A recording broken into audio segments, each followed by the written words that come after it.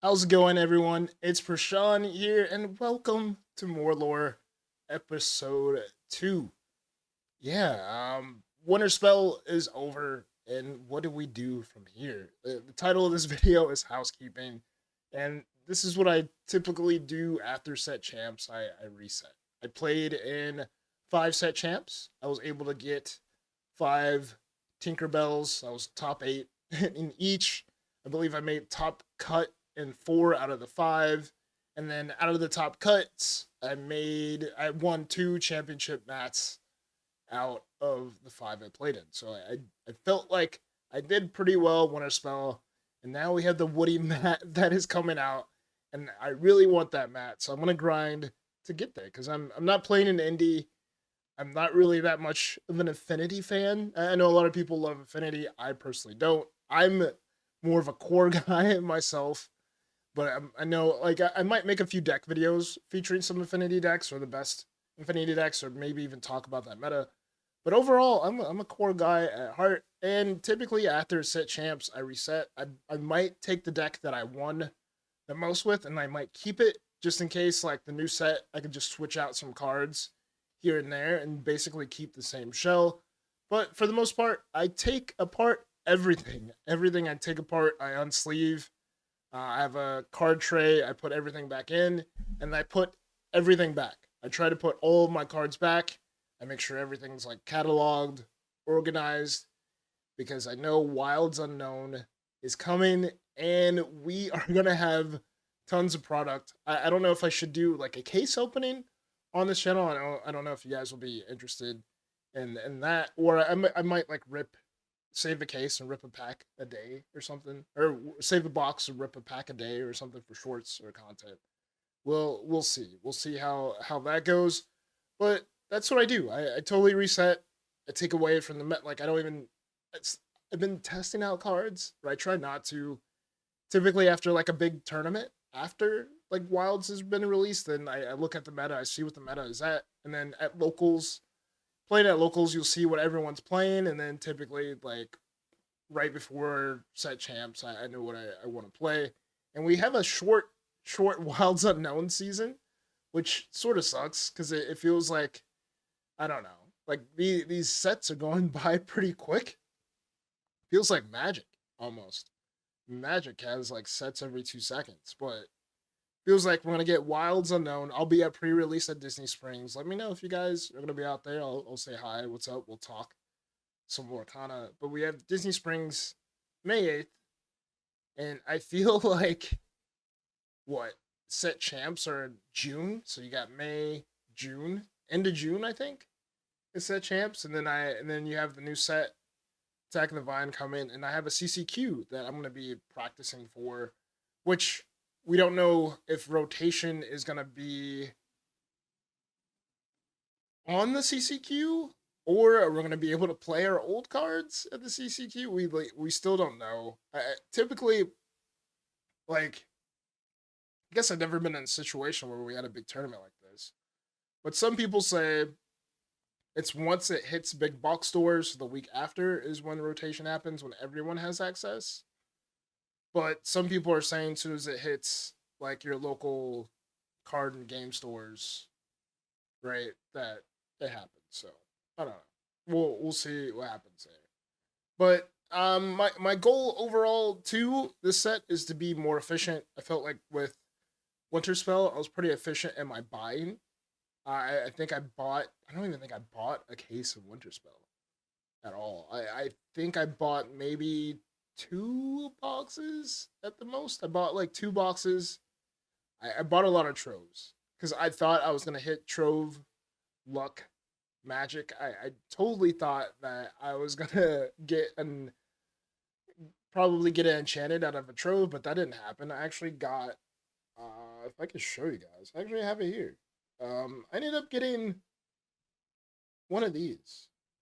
If I don't even think you can see it because it's yellow, but it's the discard. There we go. So it's a discard card, right? Like crazy. Um, so they owe me. I wonder if you could like message them. You're like, hey, can I trade this in for? But Ravensburger, like, can I? Can I have a real enchanted instead of this, or a real legendary? Because I'm still missing angels. But I tried to tone down on how much I bought. Right, like I felt like I was wasting a lot. Fabled, you don't want to know how much money I spent on Fabled, but I spent a lot on Fabled. So Winter Spell, I felt like I didn't spend that much, but I did win a lot of packs just from the set champs and events because I played in I played in league twice a week, Mondays and Fridays. And some days I was playing Lorcana Friday, Saturday, Sunday because of set champs, which is crazy. Um, yeah, so yeah, like tons of playing, being efficient. I'm just gonna buy one case. I think I'm gonna buy a trove, a box, and some play mats when I go to Disney Springs. And then, of course, I'll play in like two pre-releases, and then that's it. I'll probably go on like TCG Player and fill in from there. I'm still missing angels. I have the Enchanted Angel and I have one normal angel, but I have like 20 Scrooge McDucks. Like 20 Scrooge McDucks. Like, why? Oh, why? Like, I think that happened to me in Fabled, where I kept on getting Hades. Like, I got tons of Hades, but I did not get a Dumbo to save my life. I had a Dumbo on day one, the Fabled, but I ended up trading it, which was stupid. I'll probably never do that again. I'm never gonna do a day one trade of a legendary ever again because I never know if because I did it again. I did it again in Winter Spell where I traded a Moana for some cards, which I shouldn't have did. I should have did that either. But yeah, and I still managed to get an iconic Pocahontas and Enchanted Scrooge and an Enchanted Angel just based off of my like of what I opened, which was pretty good with me spending less money. So let me know down in the comments. Are you guys those people that spend a lot of money or don't spend a lot of money when it comes to Lorcana? I'm trying to be more conscious because I'm trying to be more competitive. I'm trying to make sure I have the cards I need. I'm not really chasing so much anymore like I was chasing. I think it that's the switch that happened to me. I think I was like chasing cards or I wanted to open packs, just to open packs, and then I guess the more better and competitive I've became, I just want the cards that I need. That way I can play and win games. And then the packs will come, right? Like I won two mats, like I said before. So I might trade a mat in or sell a mat for another box or something. So I think that's gonna be my game plan going forward. And yeah, I think that's it. I think we had what Zan went in DLC in Brazil, which is pretty cool. First person in Lorcana to win three DLCs. That's a feat. Like that's pretty amazing. And he's done it on what three separate continents, which is insane. Like to say like it's not even just America. He's like going all over to do that too, which is awesome. And he's doing it with dogs, which is still crazy to me because my last set champs, I didn't see any dogs players, and I think the set champs before that there's zero dogs players. So my local meta, no one's really playing dogs as much as they used to because everyone's playing against it. Me personally, I play Purple Steel because I was playing dogs. I was playing dogs during why am I forgetting the set? Whispers in the Well. I was playing Dogs and Whispers in the Well, and it won me a championship match because I felt like that deck was pretty good.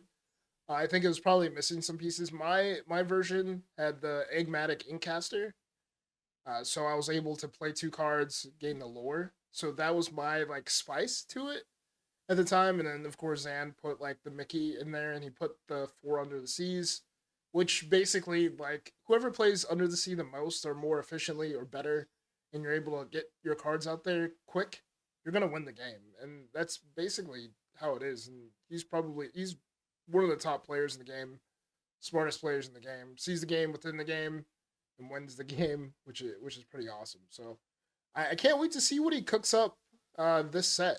It's going to be interesting. I don't think dogs is going to be as strong, especially since I think it's going to be hunted a lot. But yeah, he got it done again with the same deck, which is pretty cool and pretty awesome. So I think that's going to be it for more lore. episode 2. I want these to be longer, but it's just me ranting, just talking about some stuff. I think next episode I'll try to get a guest. We'll talk a little bit longer about some stuff. But yeah, let me know down in the comments, what do you guys want to hear about? What do you guys want to see on the channel? Until next time, keep on questing, Illumineers, and